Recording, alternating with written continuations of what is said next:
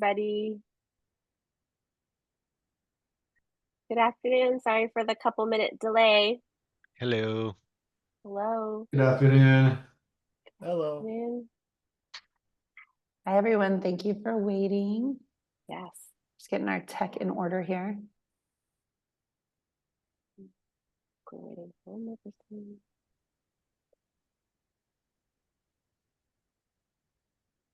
Okay. Are we ready to go, Shelby? I think so. While we're welcoming everyone, if you could drop your name and your organization in the chat, what your role is at that organization and what areas you serve in the Tri-County region, just so we can kind of get to know each other through the chat rather than taking a lot of time to do introductions verbally. Thank you.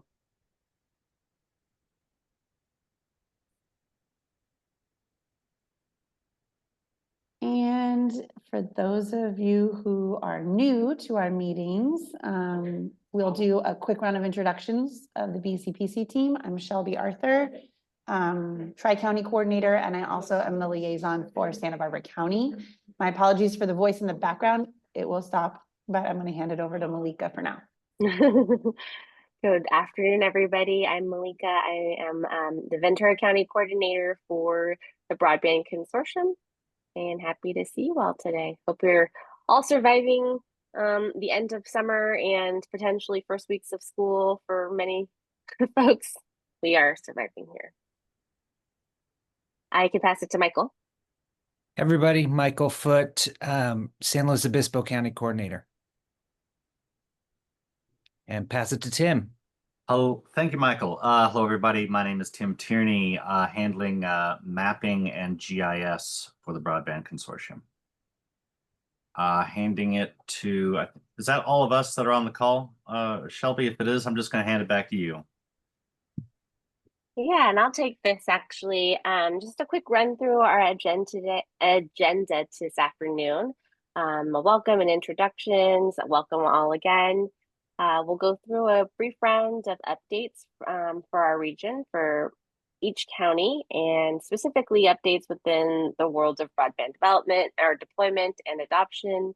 We'll walk through some Broadband for All updates, then go into the meat of today's meeting, which is the infrastructure grant account guidelines, talk through some priority projects for our region that have been identified through multiple layers of information, and a roundtable discussion and a look ahead. So thank you all for being here. So if we could kick off regional updates, why don't we start from the north and head south? Michael or anyone from SLO County, I see we have some folks from SLO County on the line. Does anybody want to share any regional updates, anything interesting going on in your region, anything you want to bring up to the consortium and the group as a whole? We'd love to chat about. I don't have any major updates. We've had some really good connections in with Tascadero, City of SLO, and City of Paso working to coordinate on some of this. We'll be talking about that in a little bit for the CASIF, but good regional coordination starting to take place, and I know there's quite a few projects underway. So I see Jeff jumped off of mute, probably ready to give an update, and I'll pass it to him. Yeah, from a sound standpoint, we're working on building out Santa Margarita, Atascadero, Paso Robles, Cayucas, Los Osos, and Oceano. And those are all underway. We've run into a couple of obstacles. The county of San Luis Obispo has given us some pushback on placing temporary poles for aerial installations. And that kind of came out of left field. We've had contact with them, and I think we're kind of back on track now. I hope we are, where they're they're relooking at those and saying, please go ahead and submit those. And they haven't said for sure they're going to approve them, but hopefully they will. Because if we can't place temporary poles and we have to go underground between every failed pole, that just blows up the whole project. And so hopefully we'll be able to get that resolved. The other issue that we've run into in Paso Robles is, a lot of the eastern part of Paso Robles is all underground. And we've been working with them on trying to get them to approve a microtrenching standard that would be acceptable. And basically it's one that doesn't involve a grind and overlay, which is quite expensive. After you saw cut and put in the fiber, a lot of cities have a standard in place where they want you to grind like 2 feet wide over the top, 2 inches deep, and then come back and pave over the top of it. And again, that takes the cost so high that it negates the value of microtrenching. And so we've been working for the last couple of months with the city engineer, and we're not there yet, but there's a lot of folks in Paso Robles who want this to happen.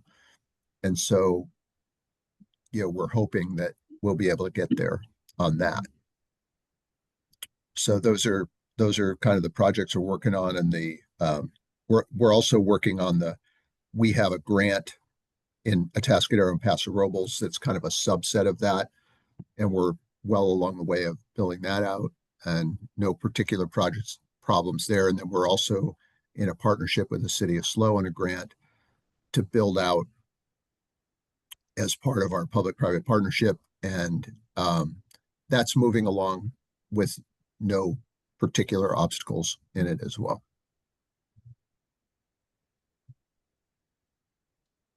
Great. Thanks for the update, Jeff. I guess that will Oh, next. yeah. Hi, Ken. Hello. So I'm with SurfNet, and we're working to the east of Astound with the same kind of grant subsets, and we're rolling along and have had the same issues with the county and PG&E, which arose from another grant winner was putting a lot of temp poles. Seems like they were putting an extraordinarily high amount of temp poles, and the county did not like that. And we were actually running along the same path as them, and we had nowhere near as many temp poles in our make ready work. And PG&E actually thought it was us that was doing it. And so I think that's what caused the county to decide to relook at things, and then we worked it out with them as well. Who was that other provider, Ken? American Dark Fiber. It's the middle. Interesting. I hadn't even heard about them. What are they doing? They're doing the middle mile for the state of California. And so since the middle mile is coming to all of our FFA grants, they were bringing it out there for us and So the exact wow, same. so that was American Dark Fiber, because that's fascinating. And they hired a contractor, obviously, because they're not doing anything themselves. They're an engineering company or whatever, right? So the contractor came in, yeah, wasn't handling things properly. no, the contractor was going off the make ready work. Okay. Right, the make ready work just said temp, and then there was and since we were both doing it together, we were going out and putting a temp. Now there's 3 poles, and so we were like, this is dumb, and we worked a deal with American Dark Fiber to utilize each other's temp poles on like paths. And so and then we worked with the county and all that sort of stuff, and got over that hump. Well, and it did. One of the things that came up in those conversations was the possibility that I never heard about American Dark Fiber, but I did hear SurfNet's name as that was why the county was pushing back. Yes, we had some unfortunate things occur, and then again, they thought it was us. PG&E came and said, "You're attaching to these poles over here with no applicant." We're like, "That's miles away from our grant," and so we had to figure all that out. But in the meantime, yeah, I know that they put a hold on Astound's project because I'm familiar with EDT, who you guys are working with to do it, and we hired them up in Santa Cruz. So Just jumping in here. So appreciate the updates on both those projects. I think we have a little bit of time at the back of the agenda to maybe dive into some of these issues a little bit more. Wanted to leave some room for the other counties. Right. And also I see Lorelei jumped on. No pressure, Lorelei. Jeff already covered some of the Astound projects, but if you do have anything to update, I wanted to give you your opportunity as well. And I have to jump off at noon, so. No, Jeff covered it all, and they're rocking it. So thank you, Jeff. All right, pass it to Santa Barbara then. By the way, I just want to say Atascadero has been great to work with, and that makes a huge difference. Tell your friends. Thank you. Yeah, huge difference. I disagree. John trying to stir the pot over here. Hi, Lauren. Okay, thank you again for those updates. If we can go into the county of Santa Barbara or Santa Barbara County as a whole, any updates that we want to share on here? I think I see David on the line and Fred or Shelby, if you have any updates you want to share. I've got some from Middle Mile, but I've got that reserved for a little bit later in the presentation and want to share the opportunity for David or Fred to just share any updates on projects that they're working on. Can I talk about our little breakthrough with Middle Mile, or should I wait? You should talk about it. That's your ownership. Yay, we finally got the cost to do the Route 246 connector between our two reservation land plots, land islands, and it came in a little bit less than we anticipated. So that is the great news. And then they've committed to giving us a schedule where they'll be doing that work before our FFA money expires.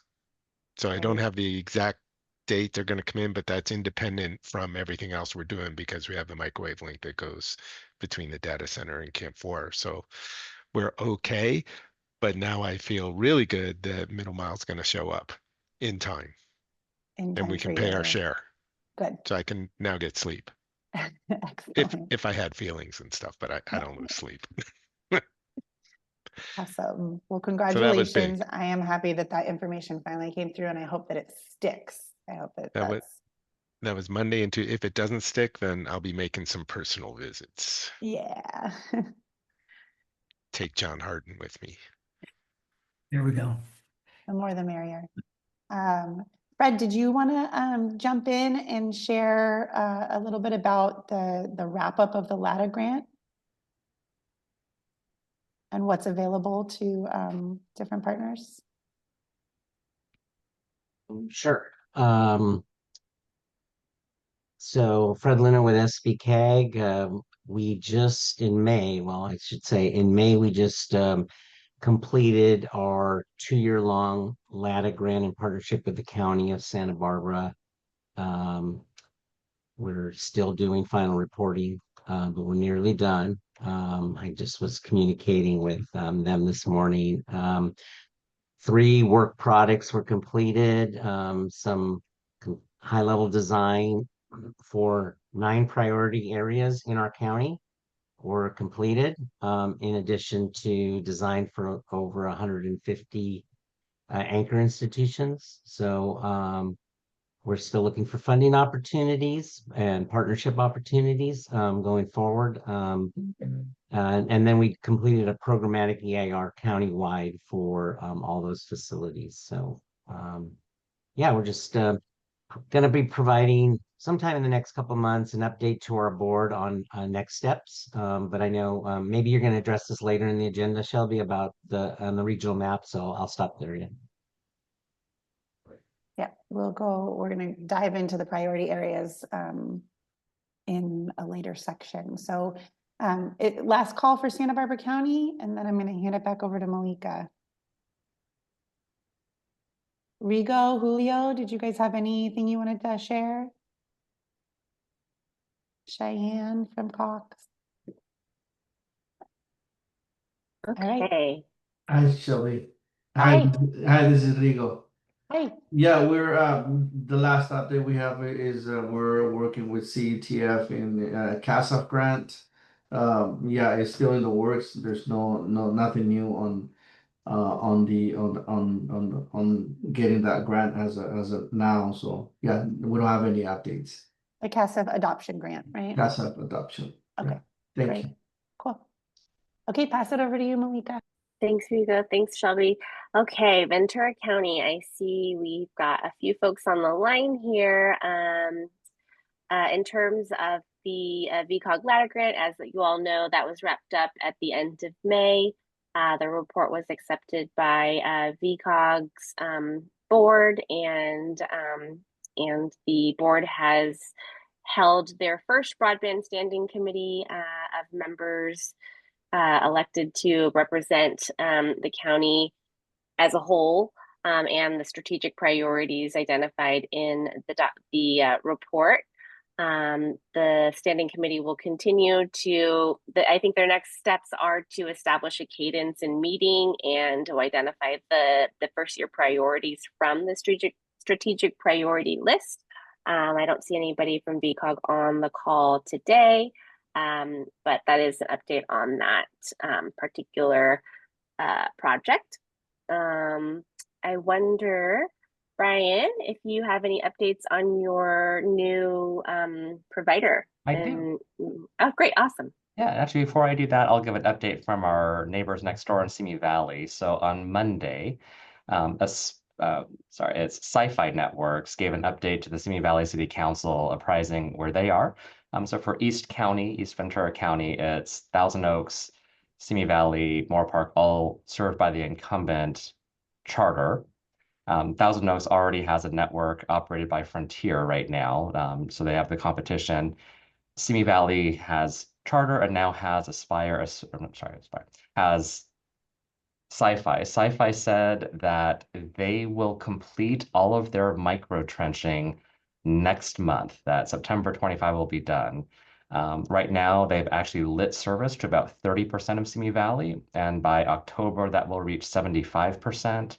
I believe what the issue is they have to get the connection stable underneath the railroad tracks to connect their micro trenches to the micro trenches.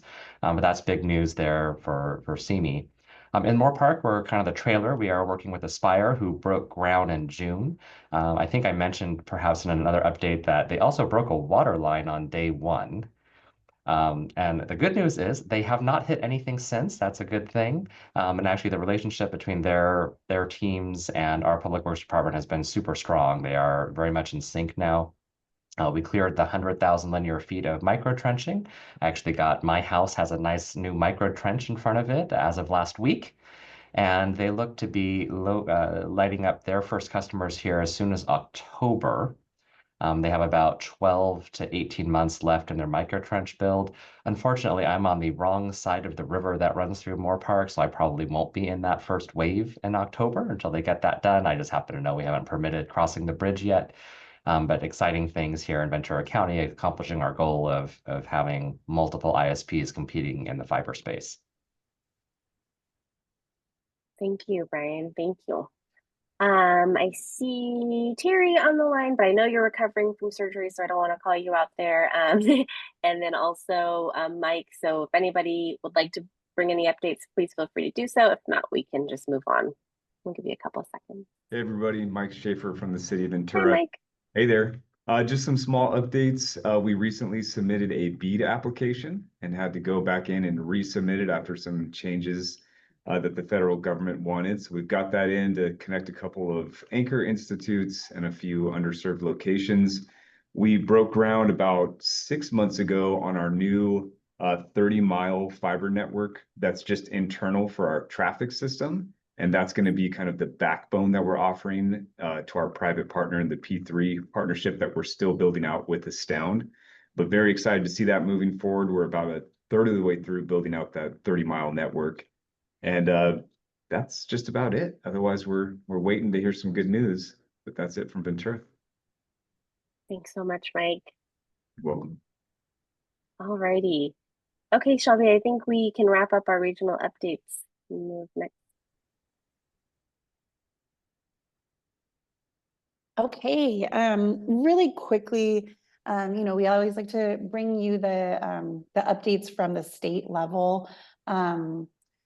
There are a couple of quarterly meetings. You are welcome to always attend these or review them by video. They are posted on CDT's website. The California Broadband Council tends to be a really high level overview of the general programs that CPUC, CETF, and CDT are overseeing in terms of bridging the digital divide in California. There is also a middle mile broadband initiative meeting and stakeholder engagement sessions.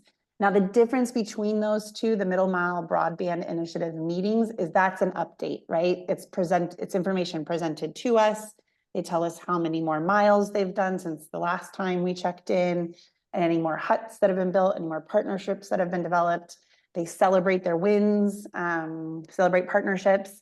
The stakeholder engagement session, which was on August 1st, I believe, this last one, those are are intended to be two-way conversations. So if you are on the call and you're interested in asking questions, those are the great sessions to go to, is those engagement sessions. So you can ask for more specifics. They have all their team members on there. They are really good at working through all the questions.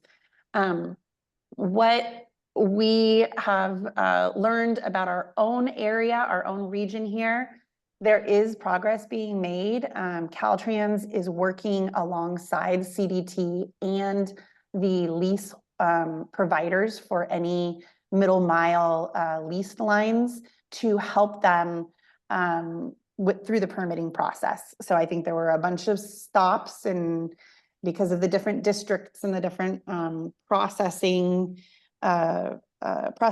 and staffing issues, they were running into roadblocks for permitting. And there was a great big celebration in this last middle mile, and actually at the CBC meeting, around the improved permitting process. So what we did learn about our own area with the Middle Mile Broadband Initiative is that American Dark Fiber is installing amplification huts, which some of those are likely in our area. They didn't specify, but since we do have 2 sections of middle mile in our region that are being served by American Dark Fiber, it's likely that some of those are in our area.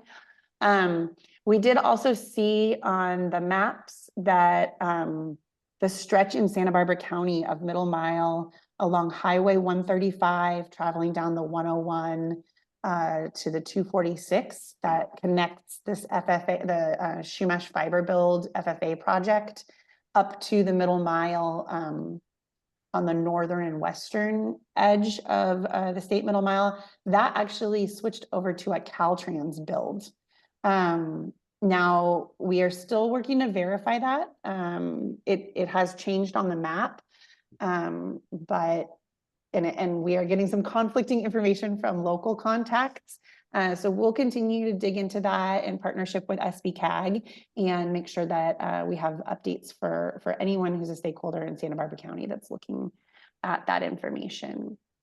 California Advanced Services Fund, three different grant opportunities to keep an eye on. The first is the Tribal Technical Assistance Grant due October 1st. Second is the Broadband Infrastructure Grant due October 31st. We'll be diving into that pretty deeply next. And the third is the Broadband Adoption and Public Housing Accounts. Those 2 grants are offered cyclically with applications due July 1st and January 1st of each year. If you heard Rigo reference the CETF adoption application, that's the one. There will be another round of applications that will be accepted on January 1st if there are any additional takers on that. So we move on to the infrastructure grant. This is one of the primary opportunities that this broadband consortia are funded to promote and to connect you with. The opportunity is really intended to support deployment of broadband to last mile residences and areas or locations that don't have 25 megabits per second download and 3 megabits per second upload speeds. There are two categories of eligibility for this. There is you're eligible for funding if the location does not have 25.3. It's considered a priority eligible location if the location is determined to not have 10 megabits per second down, 1 megabit per second up. And to clarify, it doesn't have to be both and, it can be either or. So if it has 25 down but doesn't reach 3 up, that will be considered an eligible location. The grant opportunity funds anywhere between 60 to 100% of project costs.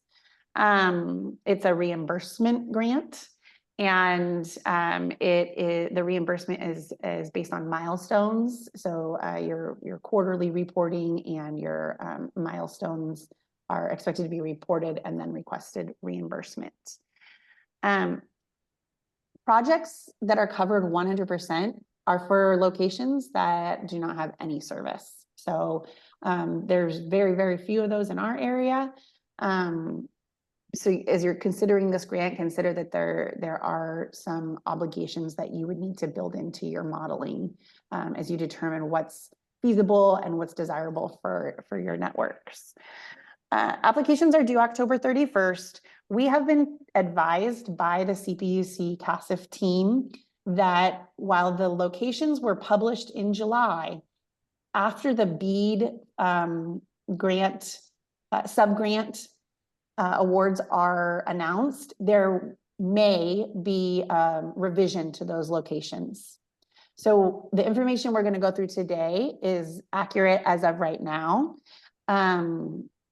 Pending any BEAD applications that are approved for our region, there may be some slight adjustments to the locations that are eligible for funding. So just keep that in the back of your head. The applications are due October 31st. You'll email to request a link to upload your application. These boxes, I cannot tell you why that's happening on my PowerPoint slide right now. They should be underscores. I did not want to dwell on that. I'm just going to call it out to you right now. CASIF _application _questions at cpuc.ca.gov. They will tell you to please contact your broadband consortia about questions about the application and about eligible locations before you reach out to them. But if you know for sure you're going to apply, request that link so you can upload your application documents. A couple of standard resources that you should review. The Broadband Infrastructure Grant Account Admin Manual is your, black and white rules for applying and for overseeing this grant. Okay, you're going to want to download that.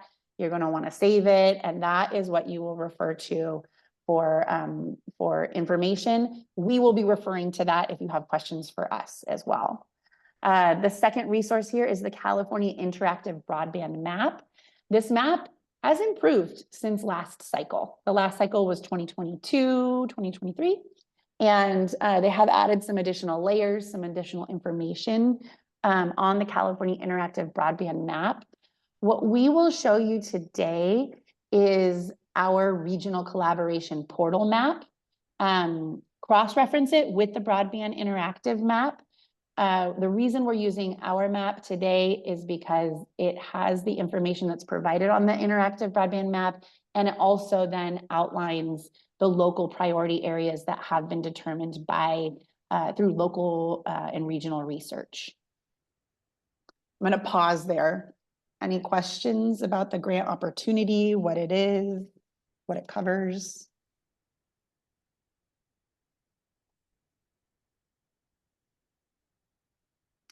Okay, the 20 items on the application requirements are no joke. We want to make sure that you are clear.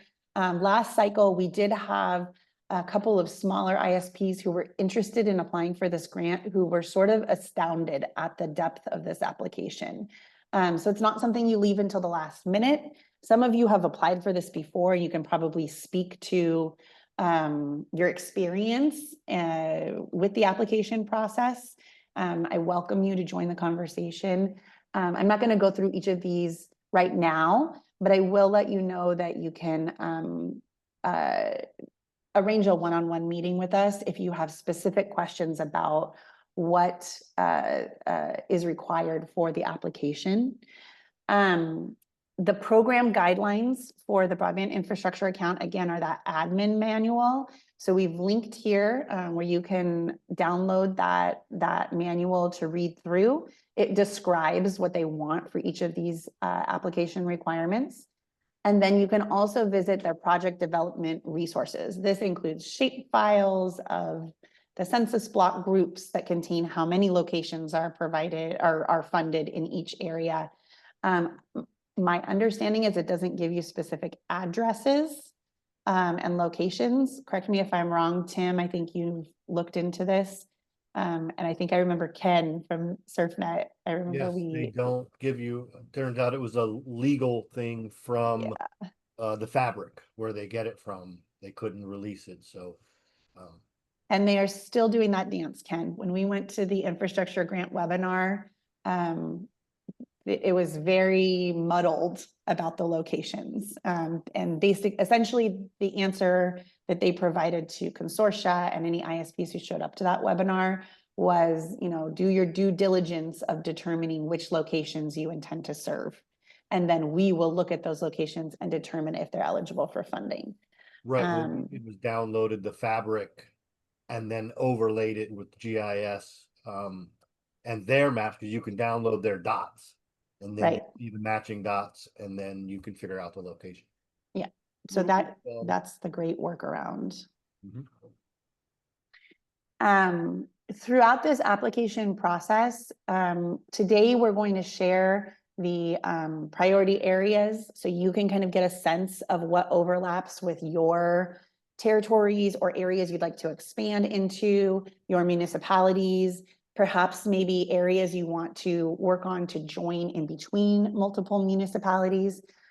September, our BCPC advisory meeting we're really planning for it to just be a discussion, open office hours to help answer application questions.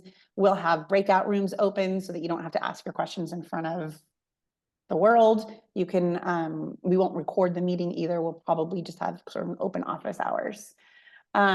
So today we'll go through what we'd like to see happen and what we want to advocate for. Next month, we're happy to talk through things with you. In between, email your liaison, email any of us, and we'll be happy to set up a one-on-one meeting with you as well. So I'm going to ask Tim to bring up our regional collaboration portal map while I talk through what our process has been so far as the consortium to help bring you some information that represents local data and local priorities. The regional collaboration portal is our GIS system provided by our technology partner, Simple Layers. And we have imported the location, the fabric location dots that Ken was referring to that tell you what locations are eligible for funding through the CASF infrastructure grant. That's the purple dots you're seeing on the screen here. We are not able to differentiate in the data we could access between priority eligible and eligible. So it's just a broad mix of eligible locations. You're going to want to look on the California Interactive Broadband Map for that specific data of what's priority versus just regular eligible.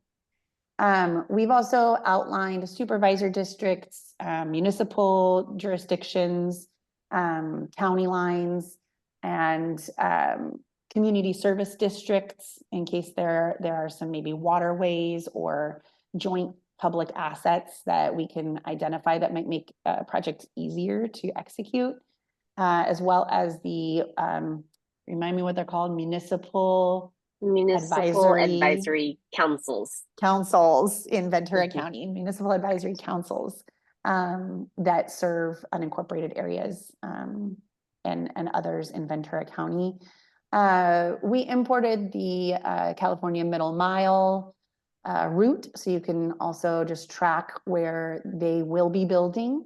And then we also imported any data from local broadband strategy plans that we could identify and put on a map that had a geospatial location where we could add it to our map.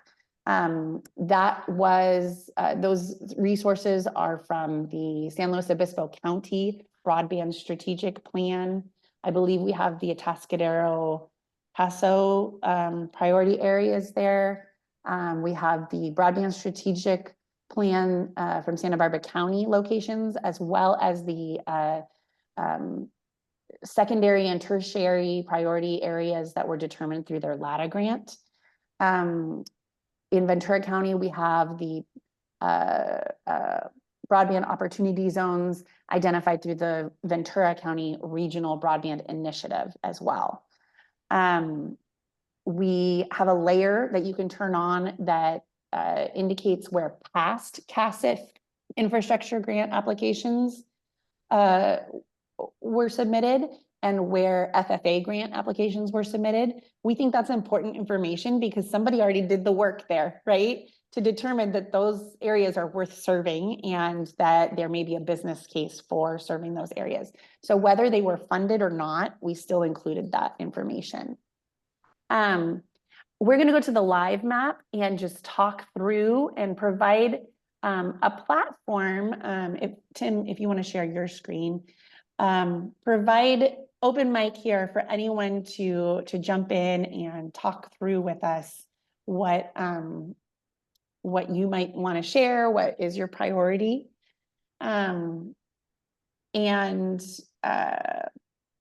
Yes, so we vetted a lot of this information with the municipal leaders earlier this month.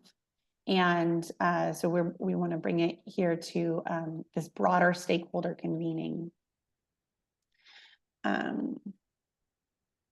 Okay, can everyone see what we're looking at here? Yes. Okay. We're happy to share this map in one-on-one meetings and show you, dive in deeper with what you'd like to see. For now, Tim, would you turn on the Tri-County Opportunity Zones and the SBC priority areas?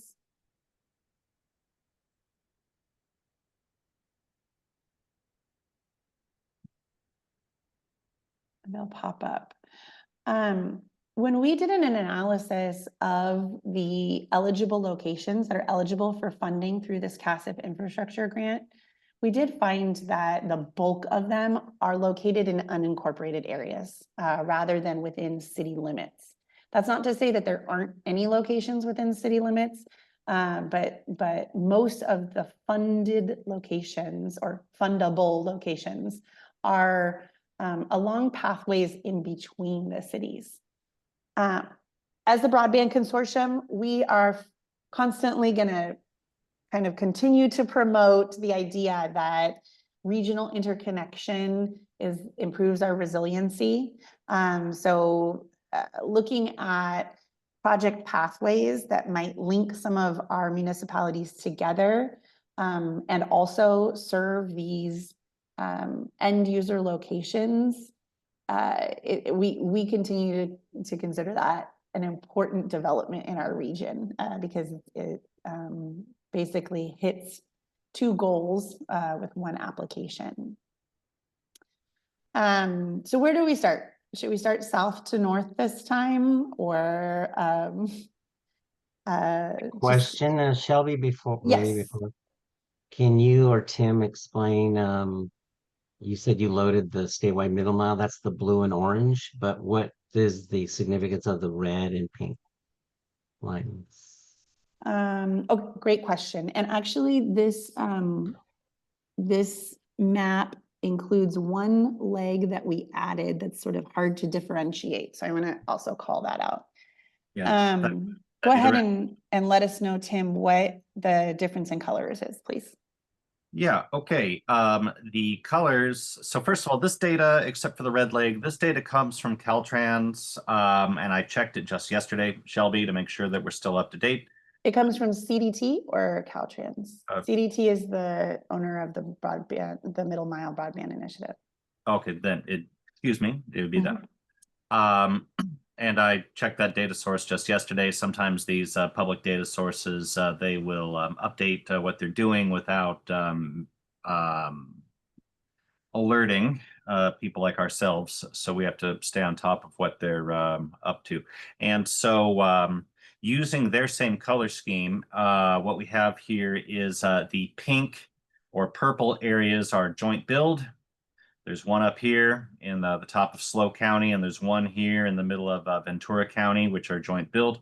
Then the blue routes are leased lines, and then the orange routes, for which we have one here, middle of Santa Barbara County, and one right here, Ventura County, are the constructed lines to be constructed.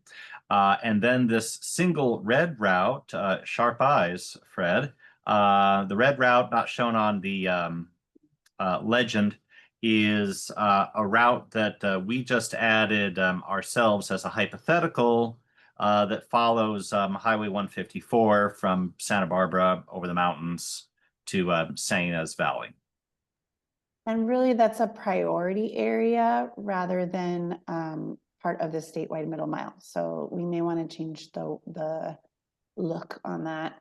I asked him like super last minute to add it because it continues to be a priority for the county of Santa Barbara to link up and close this loop from north to have a secondary north-south route through Santa Barbara County. And we really like the route along 154. There's a lot of CASF infrastructure grant funded locations along there, but it is an expensive, challenging route to build along. And I know, Fred, you've been in these conversations. It's not easy to find a taker on that, but we did want to show it so that it would be, so that we can just share that that's a priority alongside the other 9 priority areas that were identified. Does that answer your question, Fred, or do you want to have a follow-up? It does. Yeah, I would think, yeah, maybe it shows in a well, we can talk about that. Maybe it shows in a different way versus like priorities versus yeah, what's being done by others. But yeah. Yeah, maybe like a dash or something. We can go into details later. Yeah. We'll work with Tim on that. Yeah. So could you turn the purple dots back on? Purple dots, yeah. And to restate what Shelby had said about the purple dots, these are coming from the California broadband map, where if you go directly to that map, you will see them represented as orange and red dots there, according to priority areas, eligible areas orange and priority eligible red. For reasons they don't explain, when they provided the actual data for the dots, it did not come along with that designation between eligible versus priority eligible. So we just colored them all a neutral purple color so that we could get them on our map. What does the Tri-County OZ represent? Okay, Tri-County OZ, let me turn it off and turn it back on so you see it. And here, let me get the purple dots out of the way for a second. So Tri-County OZ are these many green and blue polygons. These are the OZ means opportunity zones. And so these are drawn from various reports and studies that have been conducted across the 3 counties. Where, according to an algorithm, the consultant designated opportunity zones for fiber, green, or fixed wireless access, the light blue, in various areas through the 3 counties. Yeah, and we in our spreadsheets, the data that we've been able to access from those projects, in some cases, for example, in Santa Barbara County, they were funded Econ Alliance commissioned with EDA funding, the opportunity zone analysis through the filter of economic development. In San Luis Obispo County, the filter was through the RCRC requesting a broadband strategic plan for San Luis Obispo County. So sometimes the analysis is providing slightly different data, but, and in the VRBI, it's really looking at where are there opportunities to improve access and improve competition in Ventura County to enhance affordability. So there's slightly different filters on where the data comes from, but it is solid analysis, and we can use those to sort of guide some investment opportunities for ISPs and municipalities alike.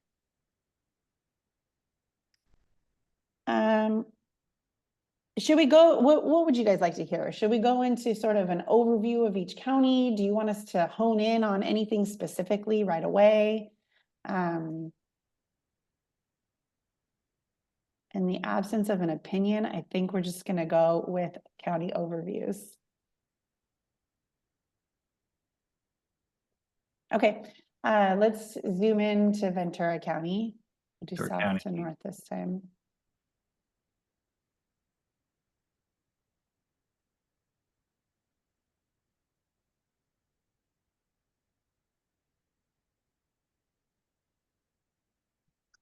There.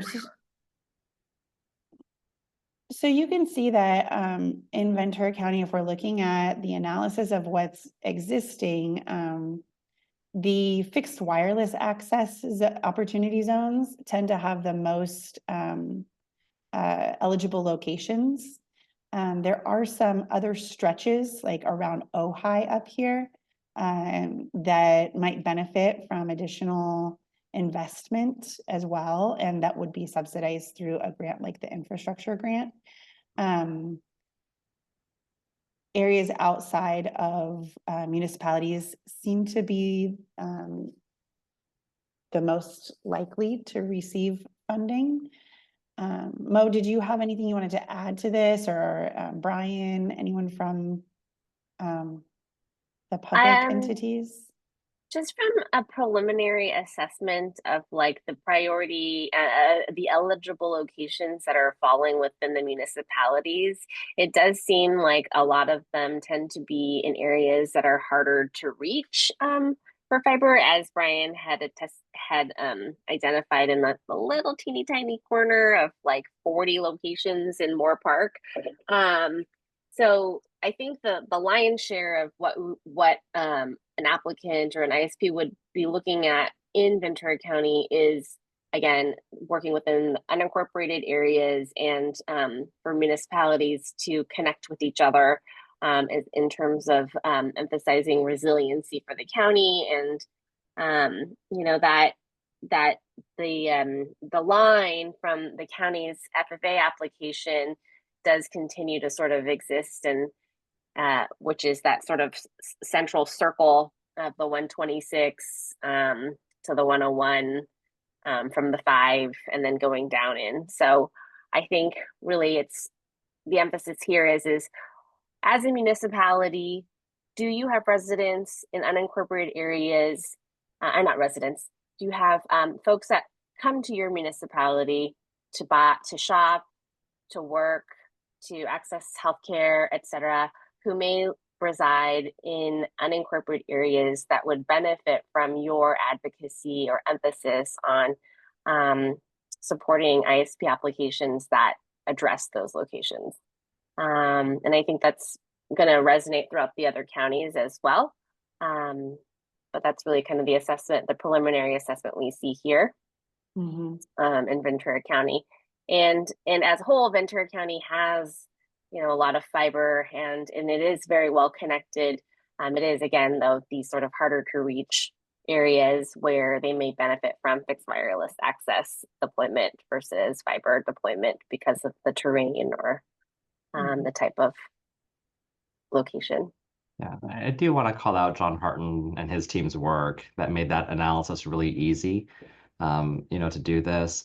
When we kind of got together as a group countywide, we did take a look at one of the, I mean, it's a lot of overlay, but there's a high volume of dots, and Ventura is kind of, I guess, for Mike Schaefer's benefit, because one of his employees, Vivian, was pinch hitting for him that day.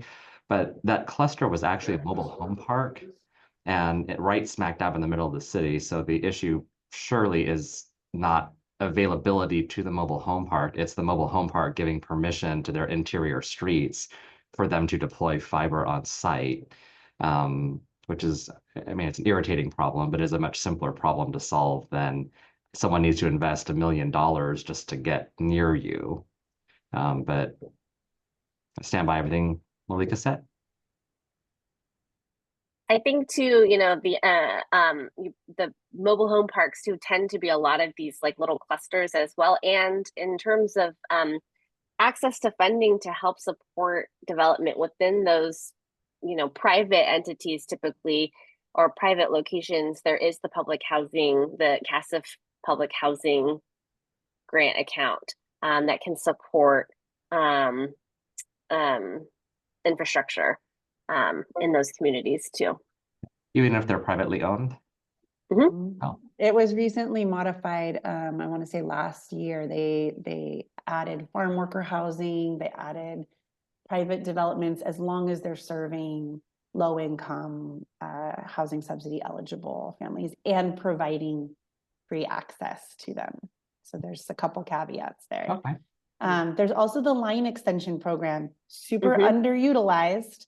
It's not necessarily easy to get funds from that, but it is also available and could be examined for funding something like that. John, did you want to add anything since we have you on the call? No, I think you've captured it quite well. I mean, Ventura is really in good shape. As we all know, it's about getting more competition. But the CASF grant really does play well to the smaller ISPs in the unincorporated areas. So anyone that's present that's representing the unincorporated areas, or a wily ISP like SurfNet, it's a pretty good match for CASF funding. So I would, but it's now time. So for those that are interested, it's really now's the time to lean in, go after the funds, and get funding for solutions in these unincorporated areas that the big carriers are probably going to just overlook and pass by. That's a SurfNet's really valuable point. always interested, but we don't have a presence in Ventura. We don't, but if you guys know a spot where you're looking to get broadband and there's a middle mile or something, we're always open to the discussion. We are busily working on picking out our red dots for the next infrastructure. As you know, we won our 10 million, and we're coming to the close on that under budget and ahead of time. So we're looking good with Lou and the CASF team, and hoping to get another one. So awesome. Ventura to the list would be possible. Cool. Let's move on to Santa Barbara County. I just want to make sure we have enough time for each area. In Santa Barbara County, during the regional collaboration portal meeting, we were fortunate to have David from Shumash Enterprises and Fred from SBCAG and John and Chris from the CIO's office for the County of Santa Barbara to really talk through what is happening and what the priority areas are. If you look at the clusters of purple, you'll see they really exist in a big way along the mid-county line here, along the 246 over to the 154, and then down clustered on the southeastern end of the 154 here. A lot of the purple dots in the cities are, again, mobile home parks, or maybe parts of neighborhoods that don't have a lot of residential areas. So what we really talked about, can you actually turn on the RDOF winner or RDOF eligible? I think it's RDOF eligible. Yeah, this one is the That, one. okay, you want winners or eligible? No, eligible. Right. Oh, nope. I changed my mind. The other one. Sorry. I keep having problems discerning between those two. So you'll see that the RDOF Rural Digital Opportunity Fund auction, there was a provider, Frontier, that was awarded a really giant block of areas where they put in an estimate of how much it would cost them to run fiber in these areas that do seem to overlap quite a bit with some of the remaining purple dots. What we have determined from conversations with Frontier is that they do have plans to fulfill this obligation. They don't have a timeline for us. That said, it never hurts to have a little competition. And if these purple dots are still fundable along the 246 over to the 154 and then down south to fulfill this connection, sort of one of the joint dreams is to leverage this last mile opportunity to fill out any additional opportunities to connect loops along the middle mile. So really looking again at this 154 leg, looking at the rural areas of Mid-County across the 246 to connect Lompoc with Buellton. Lompoc, Vandenberg is growing, commercial space is growing. People are moving here to work in those industries, and they are starting to set up. We're looking at housing and what is needed and what's growing in the commuting distance from Vandenberg. And the commercial space areas adjacent. So these are viable investments. And if there's a subsidy right now before the RDOF builds are reported and distributed, it is something that we think is valuable to promote. Fred, did you want to add anything? David has his hand up. I'm going to go with him first. Okay. Go ahead I had and a take question. the RDOF off. Yeah, no, leave RDOF on. Okay, leave it on. My understanding is in the triangle, the valley, San Ynez Valley, that Frontier was the big recipient of RDOF, and I haven't heard where that commitment is going with the merger / acquisition. And is Verizon going to pick that up, or does the timer restart? Because they're almost out of time and they haven't done anything. It's a great question. What the most recent information I have on their progress in Santa Barbara County is that they were 18% done with their areas as of last December. They had a milestone that they had to hit statewide. They had to hit 20% statewide on their RDOF auctions. So we have heard directly from them that they were at 18% in our county. I know that they strung fiber in front of my house. So they are doing something, and I live in Los Olivos. So I know that they are doing some work out there. It is unclear if they will be required to retain that commitment once acquired by Verizon. If Verizon will be required to retain that commitment. I believe that the CPUC approval hasn't come through yet. The merger. For the merger? Has not. So It has there's not come through still yet. And Verizon has to satisfy, but I don't know if this is on the list or who to ask to find out. we did advocate for it. So both CETF and BCPC, EDC, we all advocated in that public comment. I know you were at the public comment also, advocating for the Shumash priorities and requirements for the merger. We have not heard yet. I don't think we mentioned RDOF on that. I don't think you did. I think we missed it. I do know that CETF and EDC Broadband Consortium, we did mention RDOF. So it was on the list of CETF's recommendations as well, like their testimony, actually. So they did public comment, but they did testimony, actually, in May. And I can send you those transcripts, actually, because they do have a list of what they testified should happen in the merger. And we don't have someone from Frontier on the line to talk about it. Not sure that we would get straight information necessarily, but any And other this is thoughts? not related. This is really Yeah. not related, but in the case of Century, they relinquished all of their RDOF awards. So they Oh, they turned them back. did. Now they're Oh. going through a merger with AT&T, and they basically said enough of it. We're not interested. So Yeah. now that has nothing to do with Santa Barbara County and Ventura, but just as a data point. That's an important data point. It's a somewhat volatile area of the Mhm. award construct, RDOF. Well, I think it just makes the case stronger to promote these locations for application. Will you turn off RDOF now and turn back on the SBC priority areas and the Tri-County Opportunity Zones? I want to draw our attention to the priority areas that were established in the broadband strategic plan. The city of Guadalupe has very few eligible locations for funding. I know that kind of borders territory with, for example, SurfNet, and that we had been talking about that at one point.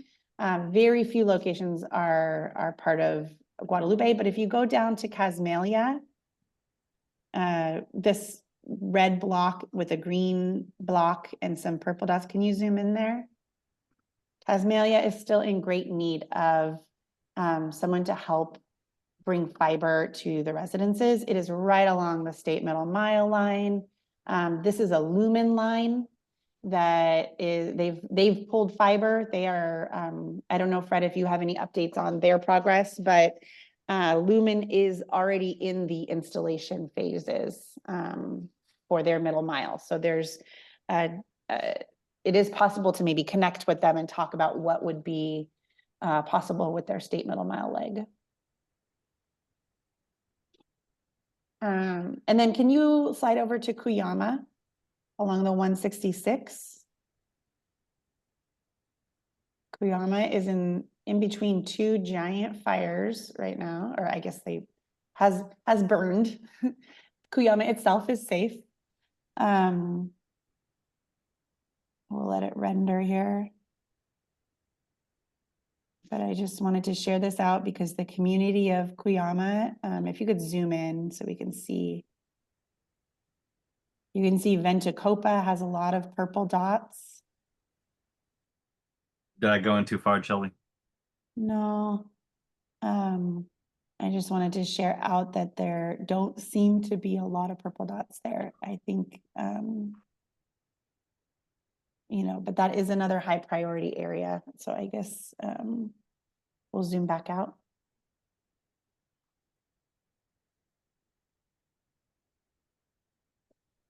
And just give you the glimpse, and then we'll move over to San Luis Obispo. Okay. Any other questions on Santa Barbara before we move on? Really looking at that mid-county Highway 154. There's a big cluster in the southern part of the 154 that we really like to see served. And I'll hand it over to Michael if you have anything you wanted to from the regional collaboration portal meeting. Yeah, maybe just touching on some reoccurring themes that, you know, some of the lower hanging fruit has been captured.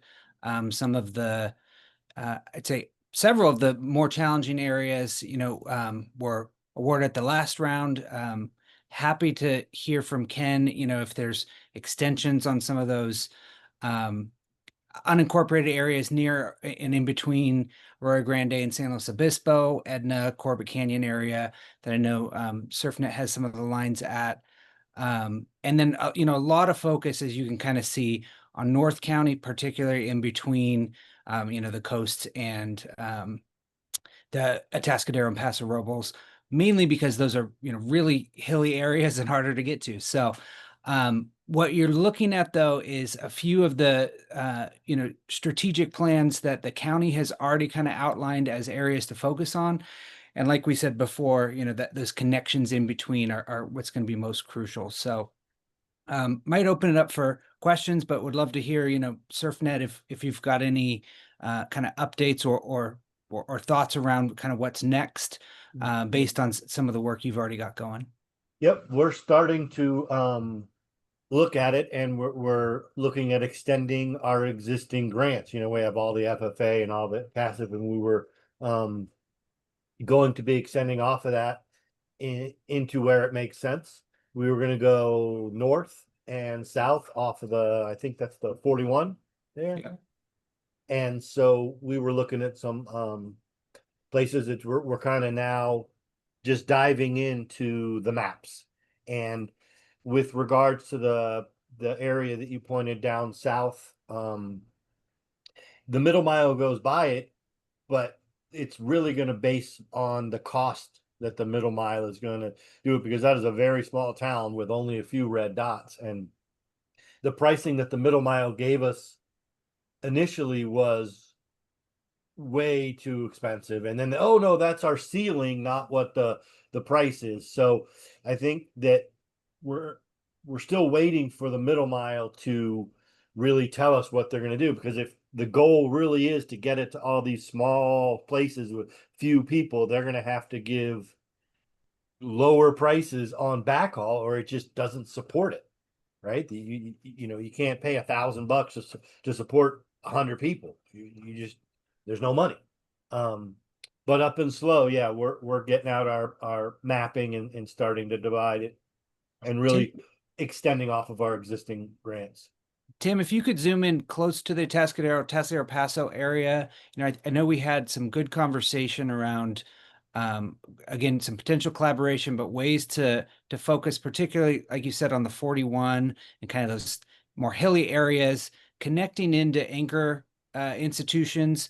One of the dots that doesn't show up here very well because it's large, but it I think it's just a single dot, is the Atascadero State Hospital. So, recognizing that still has a need, and that would be on the lower right-hand side of where we're looking at right now, but does follow along some of those similar routes. So, would love to again kind of focus in on ways that we can draw some of that connectivity in between the county and the city, or that unincorporated areas along those key routes. So we could have another meeting one-on-one with SurfNet and you guys, and kind of like I said, is where do you feel the greatest need is, and then kind of strategize on how we could do it, because now's the time. I think Lorelei had to jump off, but from City of Atascadero, she's eager to lean in, and we have City of Paso as well. So definitely were some one-off conversations. This is a little bit just the start. So yep. And this actually is an excellent segue into how BCPC can support you in your infrastructure grant application. I'm going to steal the screen from Tim and hand the mic over to Michael, just so you can hear a little bit about what we can do to provide support. Yeah, thanks. And I believe Mo is going to drop in some of these documents in, but really we do have, we've kind of done some great work. BCPC team has done some great work on outlining how we can engage and how we can support. So, first and foremost, we are a regional coordinator. We're here to help with deployment, to support deployment, and then again to advocate and engage in on some of these priority areas. So we've started to outline a little bit more of what that looks like, how we can support. We're not an organization that puts fiber in the ground, but we are connecting in other ways. So we want to hear from you, and we want to support you throughout this process. I think we have a second doc which I don't have to share the screen on it, but we've gone through the CASF checklist. So looking at a grant application and the breadth of what they have required on that, we've outlined checklist steps for you, as well as ways that we can support and ways that you can maybe be thinking about this the application in a different way. So we certainly can help make the regional case.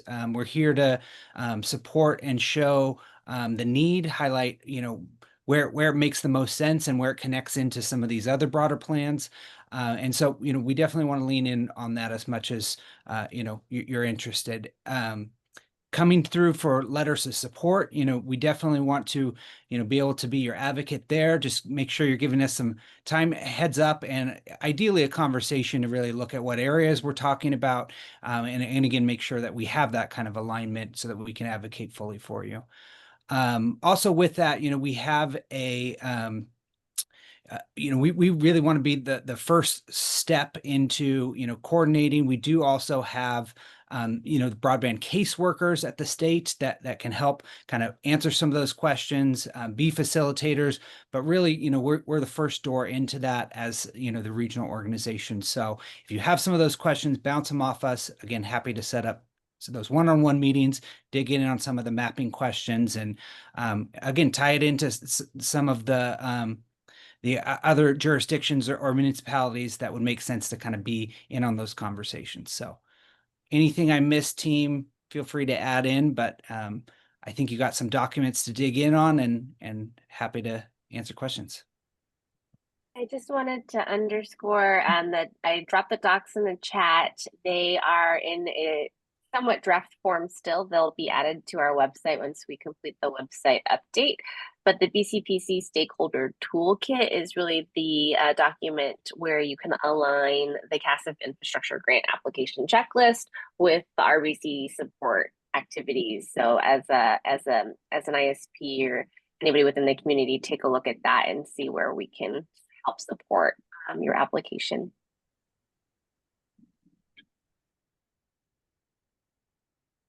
Questions, comments, thoughts? Questions? I'm sure more to come. Back to you, Shelby, then. Yeah, well, this is the opportunity where we give you a chance to come in and share with us. If you don't have questions, but you just have comments or requests, if you wanted to share, I saw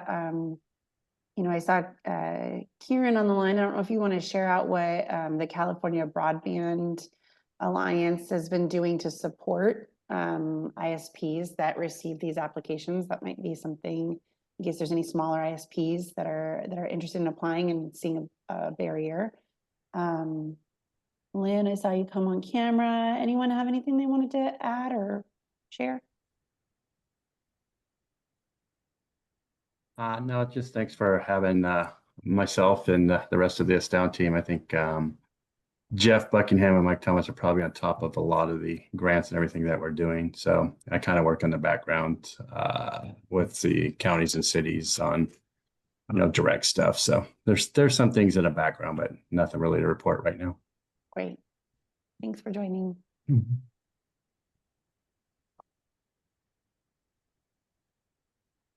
Anyone else? Oh, I put our email addresses here on the final screen. We are happy to hear from you. Feel free to reach out if you want to go through the maps together. If you have specific questions about the infrastructure grant application. We will set aside the September meeting just to have some open office hours.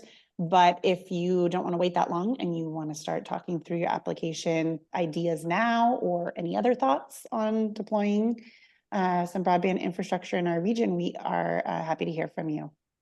So we'll stay on. I think the BCPC team can stay on for the next 15 minutes or so. But if you don't have any more questions, then we'll give you back those minutes of your day.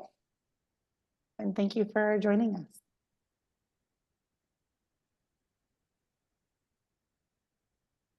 Thanks, everyone. All right, Thanks, thank you. everybody. Shelby. Thank you, everyone.